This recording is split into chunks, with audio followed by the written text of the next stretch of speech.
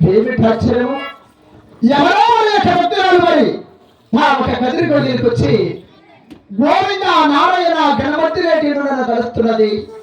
ఎవరుండవచ్చు మరి యొక్క ఉత్తరాలు? ఎవరో మన యొక్క ఉత్తరాలు మరి అలాగనే అడిగి విసారించదు గాక, అలాగనే అడిగి విసారించదు గాక.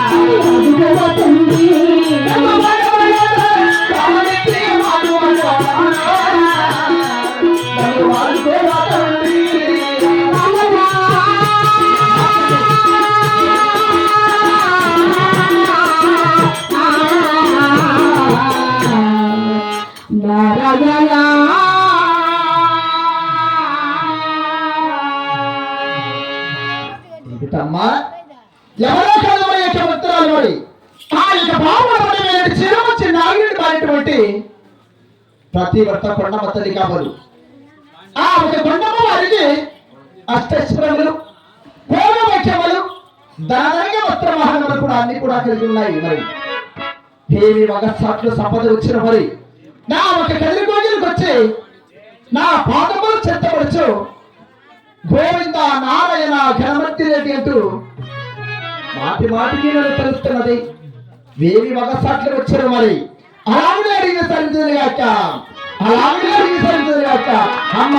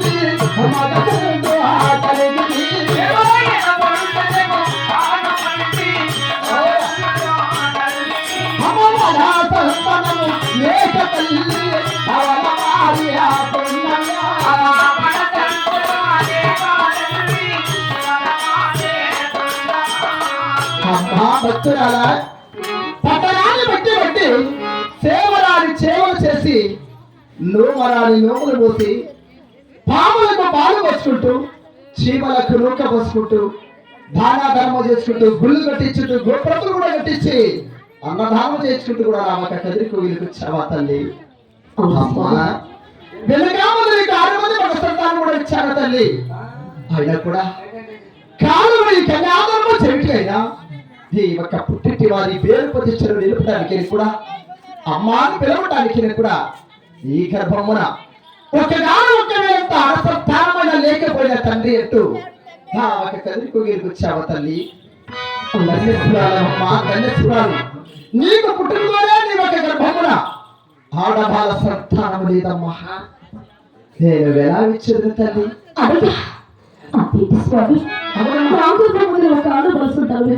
లేదమ్మా.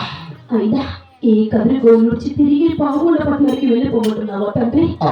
ఇదేంటి స్వామి, నా పావుల చుట్టుపక్కలకి కోరికని మనసు వేడుకొని ఈ కదిరి క్షేత్రానికి నీ పాదాల చెట్టుకు చేరి వస్తే ఆడవాళ్ళ సంతానం ఉంటావా? తిరిగి పావుల పట్టణానికి వెళ్ళిపోతున్నావా? అనగా నా పైన కాస్త కూడా కరలేదా స్వామి? చూపవయ్యా చూపవయ్యా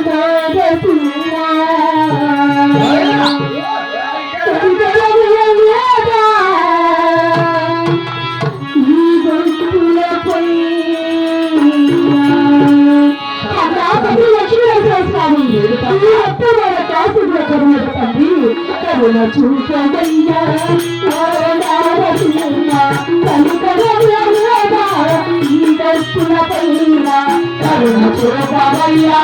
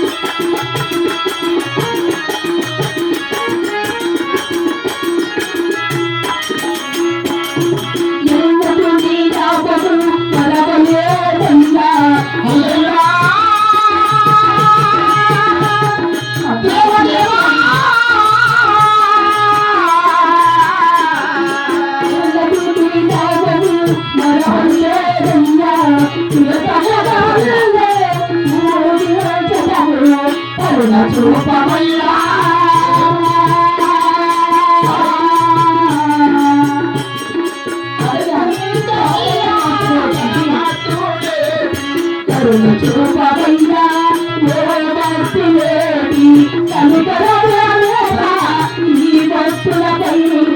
కరుణ చూడవయ్యా.